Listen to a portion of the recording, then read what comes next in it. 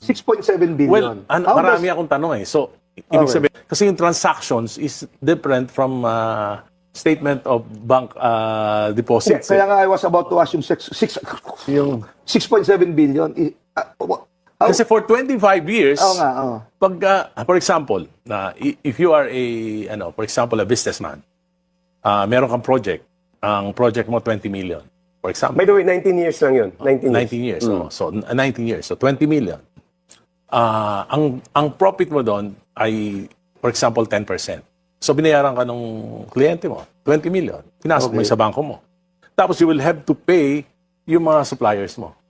Question, yung Ang 20 matitira lang doon sa 20 million mo, yung kinita mo is only 10%. So Yes. that's only 2 million. Pero yung Yes. 18 million, binayad mo sa mga suppliers mo. So ang Transaction. ang pera mo talaga 2 million, pero ang report doon 38 million. Oh. 38 million yung transactions, kung different transactions.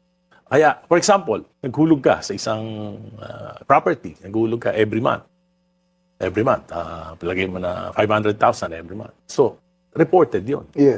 Tapos na-acquire mo na yung property, binenta mo.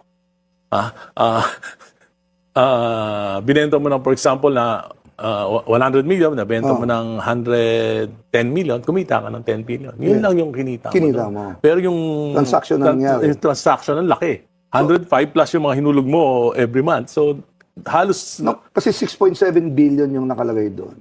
So in other words, those were probably multiple transactions. Oh, for Which example, amounted may to that amount. tatlong account ka. Itong araw na ito, na kinapos yung account mo na isa.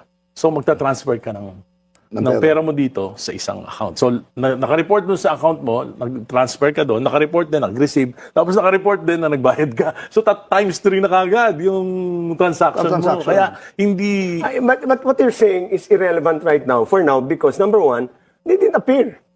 They asked in the first petition to the Supreme Court, ang sinabi nila, hindi kami binigyan ng pagkakataon. That's why we wanted the hearing. Well, yun yung sinasabi mo ngayon. Ako naintindihan ko kasi ako I just want to be fair. I am not for the Dutertes. And even in the next elections, I will not be for the Dutertes. Kasi meron kaming policy differences, war on drugs, political dynasties. Pero all my life, even dun sa mga opponents ko, I would like to be fair and objective. Okay.